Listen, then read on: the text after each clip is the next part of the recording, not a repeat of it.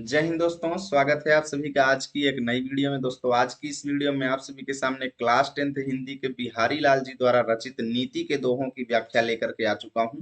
इससे पहले मैंने भक्ति के दोहों की व्याख्या करवा दिया। यदि अभी तक आप लोग उन वीडियो को नहीं देखे हैं तो इसी वीडियो के डिस्क्रिप्शन में लिंक दिया गया है, जा करके आप लोग देख लीजिए। फिर मैंने क्लास 10th की प्लेलिस्ट भी अपने चैनल पर बना दिया है, तो जो लोग प्लेलिस्ट जानते हैं आप प्लेलिस्ट से जा करके देख सकते हैं बहुत ही अच्छे से। सारी वीडियो को हमने लाइन से लगा दिया है, आप लोग अच्छे से पढ़ लीजिए। चलिए, आज की इस वीडियो में हम लोग नीति के दोहों की व्याख्या को देख लेंगे, व्याख्या समझेंगे, फिर इसकी व्याख्या लिखना कैसे वो भी हम लोग देखेंगे। तो चलिए शुरू करते हैं। तो पहला दोहा है दोस्तों हमारे सामने। दुसह दुराज प्रजानु को, क्यों न बढ़े दुख दंद, अधिक अंधेरो जग करत, मिली मावस रविचंद। अब यहाँ पर देखिए बिहारी लाल जी कहते हैं कि भैया दो दो राजाओं के, दुराज मतलब दो दो राजाओं के, दुसह माने साथ साथ राज करने से। देखिए, अगर किसी राज्य में दो दो राजा राज करेंगे दोस्तों, तो वहां की प्रजाओं का कष्ट बढ़ेगा। यानी एक राजा रहने से बात अलग होती है, जब दो दो राजा होते हैं तो कोई अपना चलाता है तो कोई अपना चलाता है, इससे प्रजा का कष्ट बढ़ता है। ऐसे ही घर में दोस्तों अगर एक मालिक है तो ठीक है, अगर सब जो है अपने अपने मन के मालिक हैं तो दोस्तों घर में भी कष्ट बढ़ेगा, क्लेश बढ़ेगा। तो वही चीज यहाँ पे बिहारी लाल जी कहते हैं कि दुसाह दुराज, दुराज मतलब दो दो राजाओं के, दुसाह मतलब साथ साथ राज करने से। ठीक है, तो दुसाह दुराज का मतलब दो दो राजाओं के साथ साथ राज करने से। प्रजानु को मतलब प्रजा का, प्रजा का। ठीक है, क्या होगा? कष्ट बढ़ेगा। क्यों ना बढ़े दुख दंदु, मतलब दुख और द्वंद क्यों नहीं बढ़ेगा। प्रजा का कष्ट जो है क्यों नहीं बढ़ेगा, तो दुख द्वंद मतलब दुख और द्वंद यानी प्रजा का कष्ट। ठीक है, दुख दंद को मतलब आप सीधा ये रख लो कि प्रजा का कष्ट, प्रजा की समस्याएं। प्रजा कौन होती है? किसी भी राज्य में रहने वाली जनता। तो जब एक राज्य में दो दो राजा साथ साथ शासन करेंगे तो वहां की प्रजाओं का कष्ट जो है वो क्यों नहीं बढ़ेगा, अर्थात निश्चित ही बढ़ेगा। क्यों? उदाहरण के रूप में देते हुए कहते हैं बिहारी लाल जी, क्योंकि भैया मावस मतलब अमावस्या की रात्रि में क्या होता है? अमावस्या की रात्रि में जब मिलते हैं कौन? रवि, रवि माने सूर्य भगवान और चंदू माने चंद्रमा जी। जब अमावस्या की रात्रि में सूर्य और चंद्रमा दोनों एक साथ निकलते हैं तो क्या होता है? अधिक अंधेरो जग करत, अर्थात पूरे संसार में, जग माने संसार में, करत माने कर देते हैं, अधिक अंधेरो मतलब भयंकर अंधेरा। जिस प्रकार अमावस्या की रात्रि को सूर्य और चंद्रमा मिल करके भयंकर अंधेरा पूरे संसार में व्याप्त कर देते हैं, ठीक उसी प्रकार एक राज्य में दो दो राजाओं के एक साथ राज करने से क्या होता है? प्रजाओं का कष्ट बहुत ज्यादा बढ़ जाता है। ठीक है, जैसे अमावस्या की रात्रि में सूर्य जो है और चंद्रमा दोनों साथ साथ मिलते हैं, ठीक है, तो क्या होता है? संसार में बहुत ज्यादा अंधेरा होता है। वैसे ही एक राज्य में दो दो राजा राज करेंगे तो भैया प्रजा का कष्ट निश्चित ही बढ़ेगा। तो आपको एक तरफ लिखना है दुसाह दुराज, दूसरी तरफ रवि चंदू। ठीक है, संदर्भ पूछेगा तो लिखेंगे प्रस्तुत दोहा हमारी पाठ्य पुस्तक हिंदी के काव्य खंड में संकलित नीति शीर्षक से अवतरित है, जिसके रचयिता बिहारी लाल जी हैं। अब सभी दोहों में संदर्भ यही रहेगा, तो मैं बार बार नहीं बताऊंगा, संदर्भ सेम टू सेम आपको लिख लेना है सभी में। प्रसंग में लिखेंगे प्रस्तुत दोहे में दो राजाओं के शासन से उत्पन्न कष्टों का वर्णन किया गया है। व्याख्या में लिखेंगे भैया कि कवि का कथन है कि एक ही देश में दो राजाओं के शासन से प्रजा के दुख और संघर्ष बढ़ जाते हैं। दोहरे शासन में प्रजा उसी प्रकार दुखी हो जाती है जिस प्रकार अमावस्या की रात्रि में सूर्य और चंद्रमा एक ही राशि में मिल करके संसार को गहन अंधकार से पूर्ण कर देते हैं। बस ये सिंपल सी व्याख्या हो गई। अगला है बसे बुराई जासु तन, ताही को सन्मान, भलो भलो कही छोड़िए, खोटे ग्रह जपुदान। ये वास्तविक सच्चाई को दोहा व्यक्त कर रहा है दोस्तों। यहाँ पर बिहारी लाल जी कहते हैं कि आज के समय में जासु मतलब जिसके तन माने शरीर में, बसे मतलब निवास करती है बुराई, अर्थात आज के समय में जिसके शरीर में बुराई निवास करती है, अर्थात जो व्यक्ति बुरा है आज के समय में, ताही को मतलब उसी का सम्मान मतलब सम्मान हो रहा है। अर्थात जो व्यक्ति बुरा है आज के लोग उसी का सम्मान कर रहे हैं। क्यों? क्योंकि सोचते हैं कि कहीं वो हमारे साथ गलत ना करने लगे, है ना। तो बसै बुराई जासू तन, अर्थात जिसके शरीर में बुराई निवास करती है आज के समय में उसी का सम्मान किया जाता है। ऐसा इसलिए होता है क्योंकि भलो भलो मतलब अच्छा व्यक्ति जो है, भलो मतलब भला व्यक्ति, अच्छा व्यक्ति जो है उसको तो भलो कही करके मतलब अच्छा कह करके छोड़ दिया जाता है ना। अगर कोई अच्छा व्यक्ति है तो उसको अच्छा कह करके छोड़ दिया जाता है। लेकिन खोटे ग्रह के लिए देखिए, अगर किसी के घर में भला ग्रह है, अच्छा ग्रह है, तो उसको अच्छा कह करके छोड़ देंगे। लेकिन खोटे ग्रह के लिए क्या किया जाता है? खोटे ग्रह मतलब बुरे ग्रह के लिए क्या किया जाता है? जप और दान किया जाता है। यानी बुरे ग्रह को दूर करने के लिए जप और दान किया जाता है, जबकि अच्छे ग्रह को अच्छा कह करके छोड़ दिया जाता है। ठीक इसी तरह आज के समय में जिसके शरीर में बुराई निवास करती है, उसी का सम्मान किया जाता है। ठीक है, आपको एक तरफ लिखना है बसे बुराई, दूसरी तरफ जपू दान। संदर्भ पूर्वक यानी पहले वाले के जैसा सेम, जो पहले वाले में संदर्भ है सेम उसी को यहाँ पर लिख लेना है। प्रसंग में लिखेंगे, प्रस्तुत दोहे में बताया गया है कि संसार में दुष्ट व्यक्ति का बहुत सम्मान होता है, जिससे उसके अनिष्ट कार्यों से बचा जा सके। यानी सम्मान इसलिए होता है ताकि उसके बुरे कार्यों से हम लोग बच सकें, है ना, वो हमारे साथ गलत ना करे। व्याख्या में लिखेंगे, कवि का कथन है कि इस संसार में बुरे व्यक्ति को सम्मान दिया जाता है, अच्छे को अच्छा व्यवहार अच्छा कह करके छोड़ दिया जाता है, जबकि अनिष्ट ग्रह मतलब बुरे ग्रह आने पर जप दान आदि करके उसे शांत करते हैं लोग, है ना। तात्पर्य यह है कि जिसमें बुराई होती है लोग उसी का आज के समय में सम्मान करते हैं। अगला है, नर की अरुणल नीर की गतिये कह कर जोई, जेतो नीचो होई चले ते तो ऊंचो होई। अब यहाँ पर बिहारी लाल जी कहते हैं कि नर की यानी मनुष्य की, ठीक है, मनुष्य की, अरु मतलब और, नल नीर मतलब पानी के नल के पानी की, नल नीर मतलब नल के पानी की। जैसे नल का पानी और मनुष्य की गति मतलब स्थिति जो है वो एक करिजोई मतलब एक ही जैसी होती है। बिहारी लाल जी कहते हैं कि नल के पानी और मनुष्य की स्थिति एक ही जैसी होती है। ऐसा इसलिए बोलते हैं क्योंकि देखिए दोस्तों, अगर आप नल को बहुत ही ऊंचाई पर लगाते हैं, ठीक है, और वहां से पानी को नीचे गिराते हैं, तो क्या होता है? वो पानी ज्यादा उठेगा नहीं, जब जमीन पे गिरेगा तो एकदम शांत हो जाएगा, उठेगा नहीं। और वहीं पे अगर आप नल को बहुत ही नीचे लगाएंगे तो जब पानी उस टोटी से प्रेशर से गिरेगा, जमीन पे गिरने के बाद वो ऊपर उठेगा, है ना। तो वही चीज यहाँ पे बोल रहे हैं बिहारी लाल जी की मनुष्य की और नल के पानी की स्थिति जो है वो एक ही जैसे होती है, क्योंकि जब आप नल को बहुत नीचे लगाते हैं तो पानी ऊपर उठता है ना। वैसे ही क्या हो रहा है, बिहारी जी कहते हैं कि जेतो मतलब जितना, नीचो मतलब नीचा होकर के ये चलते हैं। यानी जितना मनुष्य और नल दोनों जितना नीचा होकर के चलेंगे, तेतव मतलब उतना ही ऊंचा होई मतलब उतना ही ऊंचे होंगे, अर्थात उतना ही उन्नति की ओर बढ़ेंगे। यानी बिहारी लाल जी कहते हैं कि मनुष्य की और नल के पानी की स्थिति एक ही जैसे होती है। जैसे नल का पानी जितना नीचे आप नल को लगाएंगे उतना ही प्रेशर से पानी नीचे गिरेगा और फिर ऊपर उठेगा, है ना। ठीक वैसे ही मनुष्य जितना लोगों से नीचा होकर के चलेगा, जितना झुक करके चलेगा, मनुष्य उतना ही ऊंचाई को प्राप्त करेगा, अर्थात मनुष्य उतना ही उन्नति को प्राप्त करेगा। यानी कहने का मतलब हमें विनम्रता पूर्वक सबसे मिल करके चलना चाहिए, किसी से अकड़बाजी नहीं दिखानी चाहिए, ठीक है ना। आपको एक तरफ लिखना है नर की, दूसरी तरफ ऊंचा हुई। संदर्भ पूर्वक प्रसंग में प्रस्तुत दोहे में बताया गया है कि मनुष्य जितना नम्र होता है, जितना झुकता है लोगों के सामने, उतना ही ऊपर उठता है, ठीक है। तो व्याख्या में लिखेंगे, बिहारी का कथन है कि मनुष्य की और नल के जल की समान स्थिति होती है। जिस प्रकार नल का जल जितना नीचे होकर बहता है उतना ही ऊंचा उठता है, उसी प्रकार मनुष्य जितना नम्रता का व्यवहार करता है उतनी ही अधिक उन्नति करता है, ठीक है। इस प्रकार मनुष्य और नल का पानी जितना नीचे होकर चलते हैं उतना ही ऊंचे उठते हैं, ठीक है। अगला है, बढ़त बढ़त संपत्ति सलिलो मन सरोज बढ़ जाय, घटत घटत सुन फिरी घटे बरु समूल कुम्हिलाय। अब यह दोहा तो बहुत ही इंपॉर्टेंट है दोस्तों। इस दोहे में बहुत ही गहरा संदेश बिहारी लाल जी दे रहे हैं। बिहारी लाल जी कहते हैं, है ना, बिहारी लाल जी क्या कहते हैं हम आपको बताते हैं, इससे पहले पावर कट हो गया है, ठीक है, तो हम वीडियो को हाइड कर देते हैं। चलिए आगे हम लोग देखते हैं दोस्तों। यहाँ पे बिहारी लाल जी कहते हैं कि बढ़त बढ़त संपत्ति सलिल मन सरोज बढ़ जाए। यानी बढ़त बढ़त मतलब जैसे जैसे किसी व्यक्ति की संपत्ति बढ़ती जाती है, बिहारी लाल जी कहते हैं जैसे जैसे किसी व्यक्ति की संपत्ति यानी पैसा बढ़ता जाता है, तो क्या होता है, उसके मन की इच्छाएं बढ़ती जाती हैं, हम ये भी ले लें, वो भी ले लें, ये भी कर लें, वो भी कर लें। लेकिन जैसे जैसे मनुष्य की संपत्ति बढ़ती है, धन जायदाद बढ़ता है, वैसे वैसे मनुष्य की इच्छाएं बढ़ती जाती हैं। लेकिन बिहारी लाल जी कहते हैं कि फिर जैसे जैसे संपत्ति घट जाती है, फिर मनुष्य की इच्छाएं नहीं घटती।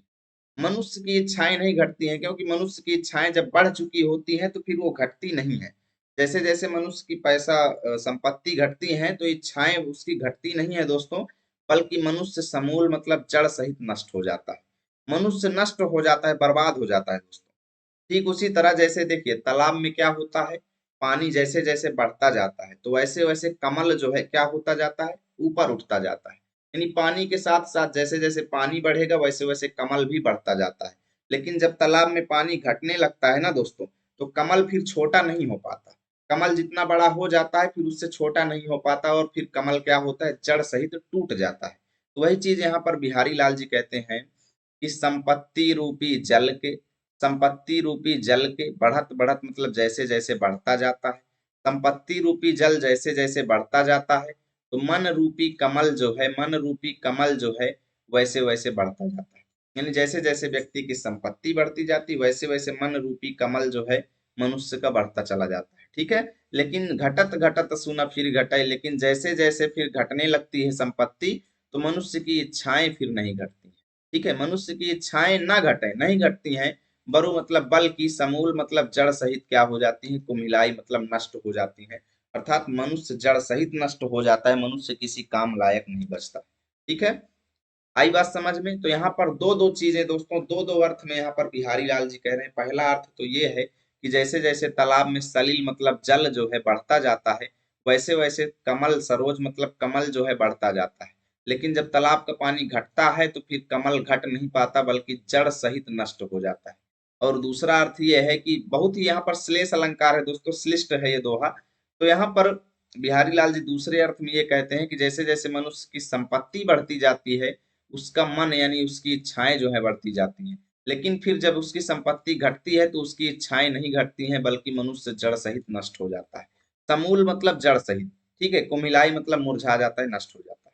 तो आपको एक तरफ लिखना है बढ़त बढ़त, दूसरी तरफ समूल कुमिलाई। संदर्भ में पूर्वत प्रसंग में प्रस्तुत दोहे में कवि ने धन के बढ़ने पर मन पर पड़ने वाले प्रभाव का वर्णन किया है। तो कवि कहते हैं कि संपत्ति रूपी पानी जैसे जैसे बढ़ता जाता है वैसे वैसे मन रूपी कमल फैलता जाता है, बढ़ता जाता है। अर्थात मन की इच्छाएं भी क्या होती हैं एवं प्रलोभन जो है उसमें वृद्धि होती जाती है।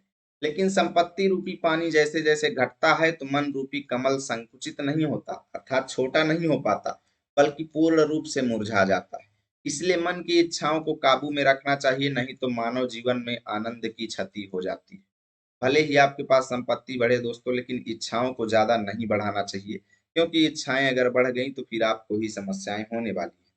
अगला है बिहारी लाल जी कहते हैं, जो चाहत चटक न घटे, मैलो होय न मीत, रजराज सुन छुआई तो नेह चीकनो चीत।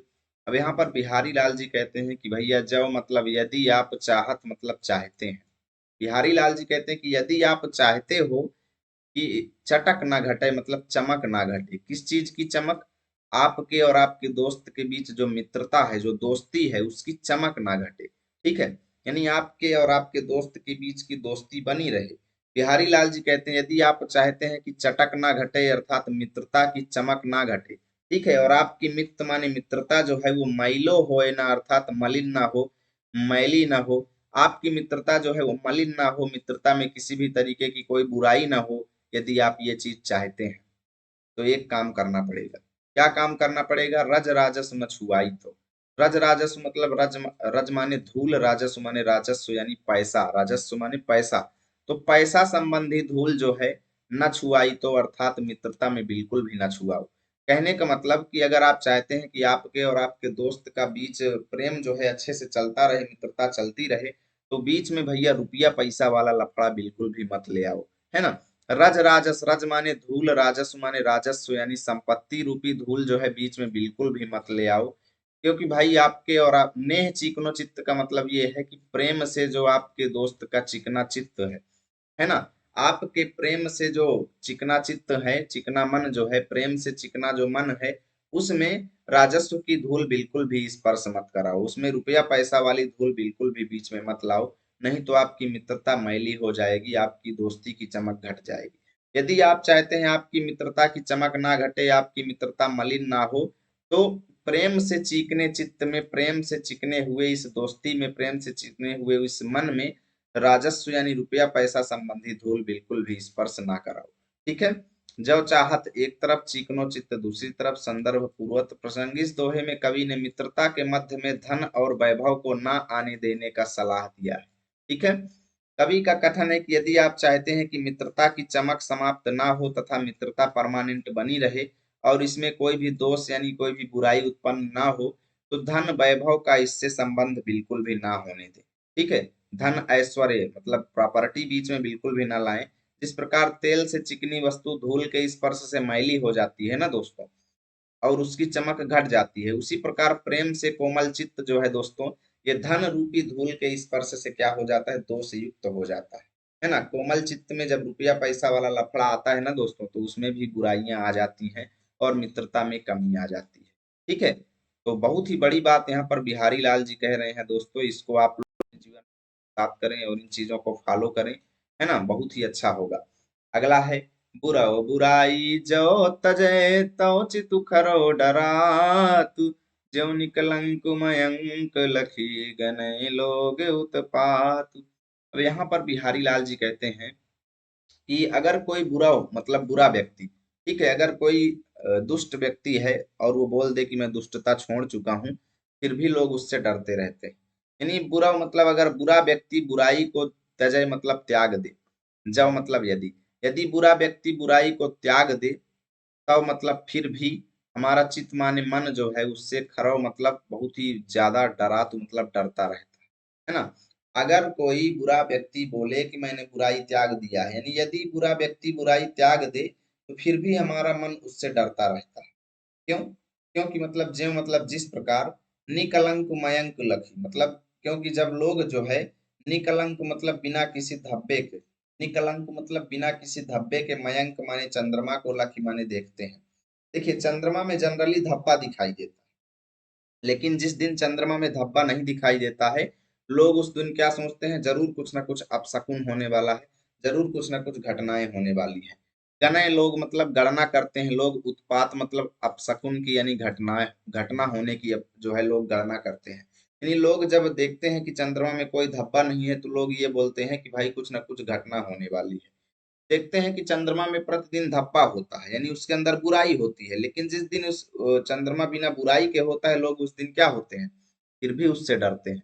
तो वही चीज यहाँ पे बोल रहे हैं कि बुरा बुराई जो तेजे, यदि बुरा व्यक्ति बुराई त्याग दे, तो फिर भी हमारा मन उससे डरता रहता है। जिस प्रकार बिना किसी धब्बे के चंद्रमा को देख करके लोग क्या करते हैं, अपशकुन होने की गणना करते हैं। तो बुरा बुराई एक तरफ, दूसरी तरफ लोग उत्पातु दूसरी तरफ। संदर्भ पूर्वक प्रसंग में इस दोहे में कवि ने बताया है कि यदि दुष्ट व्यक्ति सहसा मतलब अचानक अपनी दुष्टता छोड़ दे, तब भी हमारा जो है सदा यानी हमेशा अमंगल होने की संभावना बनी रहती है। व्याख्या में लिखेंगे, कवि का कथन है कि यदि दुष्ट अचानक अपनी दुष्टता त्याग दे और अच्छा व्यवहार करने लगे, तो उससे हमारा चित्त डरने लगता है। जैसे चंद्रमा को धब्बा रहित देखकर लोग अपशकुन की कल्पना करने लगते हैं। तात्पर्य यह है कि जिस प्रकार चंद्रमा का धब्बा रहित होना असंभव है, उसी प्रकार दुष्ट व्यक्ति का अचानक दुष्टता त्यागना भी असंभव है। जिस प्रकार चंद्रमा कभी भी बिना धब्बा के नहीं हो सकता, उसी प्रकार दुष्ट व्यक्ति भी अपनी दुष्टता कभी भी नहीं छोड़ सकता, है ना। गधा कभी लात मारना नहीं भूलता दोस्तों, वही बात है यहाँ पर बिहारी लाल जी कहते हैं। अगला है, स्वारथ सुक्रतु नस्रम वृथा, देखी विहंग विचारी, बाज पराए पानी परी, तो पक्षीनु न मारी। अब ये दोहा भी दोस्तों बहुत ही श्लिष्ट है, इसके भी दो अर्थ हैं दोस्तों, दो दो तीन तीन अर्थ हैं इस दोहे के। तो जहां पर एक ही दोहे के दोस्तों दो तीन अर्थ निकले, वहां पे श्लेष अलंकार होता है, आप सभी लोग जानते हैं। तो श्लिष्ट है ये दोहा, इसीलिए श्लिष्ट का मतलब कि यहाँ पर श्लेष अलंकार है। तो बिहारी लाल जी कहते हैं, अब पहले मैं आपको एक पक्षी के हिसाब से बता देता हूँ, ठीक है ना। तो देखिए, बाज मतलब हे बाज, हे बाज। पराए मतलब दूसरे के, पानी मतलब हाथों में, परी मतलब पढ़ करके। देखिए बाज को शिकारी ने पकड़ लिया है, ठीक है, और अब उसी बाज के जरिए शिकारी क्या करता है, छोटे छोटे पक्षियों का शिकार करवाता है। समझिएगा, बाज को शिकारी ने पकड़ लिया है और उसी बाज के द्वारा जो है शिकारी क्या करता है, छोटे छोटे पक्षियों का शिकार करवाता है। तो वही चीज यहाँ पर बिहारी लाल जी कहते हैं कि हे बाज, पराए मतलब शिकारी के हाथ में पड़ करके तू, ठीक है, तू मतलब तू अपने ही जात के छोटे छोटे पक्षीणु मतलब पक्षियों को ना मार, बिल्कुल भी मत मार। तू अपने ही साथी पक्षियों को मारता है ना। इस चीज को देख ले, समझ ले, और विहंग मतलब हे पक्षी, हे बाज, इस चीज पर विचार कर ले। क्योंकि क्योंकि इसमें ना तो तेरा कोई स्वार्थ है, क्योंकि भाई तू पक्षियों को मारता है, तुझे थोड़ी मिलता है, उसको तो शिकारी ले लेता है ना। इसमें तो तू तेरा कोई फायदा भी नहीं है, और ना ही ये कोई पुण्य काम है। सुकृत मतलब पुण्य काम है, यानी कि पक्षियों को मारना कोई पुण्य काम है क्या? बिल्कुल भी नहीं है, ये कोई सुकृत भी नहीं है ना। और इसमें क्या होता है, तुम्हारा श्रम माने मेहनत जो है वो भी वृथा मतलब बर्बाद जाती है, क्योंकि जो तुम मेहनत करते हो वो बर्बाद जाती है। तुम मारते पक्षी तुम हो और फायदा उसका शिकारी लेता है। तो बाज तुम इस चीज पर विचार करो और पक्षियों को मारना बंद कर दो, क्योंकि इसमें ना तो तुम्हारा कोई स्वार्थ है, ना तो कोई सुकृत है ये, और ना ही इसमें तुम्हारा कोई जो है फायदा है। ठीक है, ना ही इसमें जो है तुम्हारी मेहनत जो है वो तुम्हें फायदा देती है, इसमें तो तुम्हारा ही नुकसान है। पहला तो ये पक्षी के अर्थ में हो गया। दूसरा यहाँ पर दोस्तों, अब यहाँ पर दूसरा एक चीज और है दोस्तों, यहाँ पर राजा जय सिंह से रिलेटेड है। तो राजा जय सिंह को क्या कर लिया गया है, बताता हूँ आपको एक एक चीज। देखिए, राजा जय सिंह किसके वश में हो गया है, औरंगजेब की तरफ। ये हिस्टोरिकल दोहा है, यानी इतिहास से संबंधित है दोस्तों। तो राजा जय सिंह औरंगजेब के वशीभूत हो गया है, और औरंगजेब जो जो बोलता है राजा जय सिंह करता है। ठीक है, तो यहाँ पर बिहारी लाल जी कहते हैं बाज का मतलब कौन है, यहाँ पर राजा जय सिंह। ठीक है, और शिकारी कौन है, औरंगजेब। तो यहाँ पर क्या कहते हैं बिहारी लाल जी की, हे बाज यानी हे राजा जय सिंह, पराए पानी परी मतलब दूसरे के हाथों में पड़ करके, अर्थात औरंगजेब के हाथों में पड़ करके, तुम मतलब तुम अपनी ही जाति के पक्षीनु मतलब अपने ही जाति के छोटे छोटे राजाओं को मत मारो, है ना। बिहारी लाल जी कहते हैं कि हे राजा जय सिंह, आप औरंगजेब के हाथों में पड़ करके यानी मुगलों के हाथों में पड़ करके अपने ही जात के छोटे छोटे पक्षियों को मत मारो, क्योंकि इस चीज को देखो, समझो और विचार करो, है ना। विहंग किसको कहा गया है, तो यहाँ पर विहंग जो है जय सिंह को कहा गया है कि इस चीज पर विचार करो, क्योंकि इसमें ना तो तुम्हारा कोई स्वार्थ है, क्योंकि भाई अपने ही जात के छोटे छोटे राजाओं को मारते हो, तो इसमें तुम्हारा ही घाटा है। इसमें ना तो कोई स्वार्थ है, ना ही ये कोई पुण्य काम है, और यहाँ पर तुम्हारा श्रम जो है वो भी व्यर्थ जाता है, यानी जो तुम मेहनत करते हो वो भी व्यर्थ में जाती है, क्योंकि जहाँ के राजाओं को तुम मारते हो वहां पे कब्जा औरंगजेब का होता है, तुमको तो कुछ मिलना नहीं है। ये इसका दूसरा अर्थ हो गया। तो दोनों को हम समेट के दोस्तों एक में व्याख्या लिखेंगे दोस्तों। ठीक है, बहुत ही श्लिष्ट दोहा है, आप लोग इसको समझ गए होंगे मैं उम्मीद करता हूँ। आपको एक तरफ लिखना है स्वार्थ सुकृत, दूसरी तरफ न मारी। ठीक है, संदर्भ पूर्वक हो जाएगा प्रसंग। इस दोहे में बिहारी ने राजा जय सिंह को अन्योक्ति, अन्योक्ति मतलब एक अन्य उदाहरण के द्वारा समझाया है। ठीक है, अन्योक्ति द्वारा लोगों को ना मारने का संदेश दिया।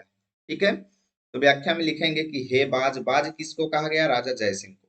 तो हे बाज यानी राजा जय सिंह, तू अपने मन में अच्छी तरह सोच विचार करके देख ले, यानी देख विहंग विचार, अच्छे तरीके से सोच विचार करके देख ले कि तू पक्षीनु न मार, क्योंकि भाई बाज पराए पानी परी अर्थात शिकारी औरंगजेब के हाथ में पड़ करके तुम अपनी ही जात के पक्षियों, पक्षियों किसको कहा गया, हिंदू राजाओं को। ठीक है, तो अपने ही जात के हिंदू राजाओं को मारता है। यहाँ पर औरंगजेब की जगह अगर आप मुगल लिखते हैं, मुगलों के हाथ में पड़कर, तो ज्यादा अच्छा होगा। ठीक है, तू शिकारी यानी मुगलों के हाथ में पड़ करके अपनी ही, क्योंकि मुगल वंश के हैं ये ना, तो मुगल वंश आप लिख देंगे ज्यादा अच्छा रहेगा। मुगलों के हाथ में पड़ करके अपनी ही जात के पक्षियों यानी हिंदू राजाओं को मारता है। इसमें ना तो तेरा कोई स्वार्थ है, ना ही ये कोई अच्छा काम है, ना तो ये कोई सुकृत है। और यहाँ पर श्रम वृथा यानी तेरी मेहनत भी बेकार जाती है। ठीक है, क्योंकि तेरे मेहनत का फल तुझे न मिलकर तेरे मालिक यानी मुगलों को मिलता है। ठीक है, तो अब तू मेरी सलाह मान ले और अपनी जात के पक्षियों का वध मत कर, क्योंकि इसमें तेरा ही नुकसान है। तो इस तरीके से आप इसकी व्याख्या लिखेंगे दोस्तों। यहाँ से आपका चैप्टर खत्म हुआ। उम्मीद करता हूँ वीडियो अच्छी लगी होगी। प्लीज वीडियो को लाइक करें, दोस्तों के पास शेयर करें। मिलेंगे आप सभी के साथ अगली वीडियो में, तब तक के लिए जय हिंद, जय भारत।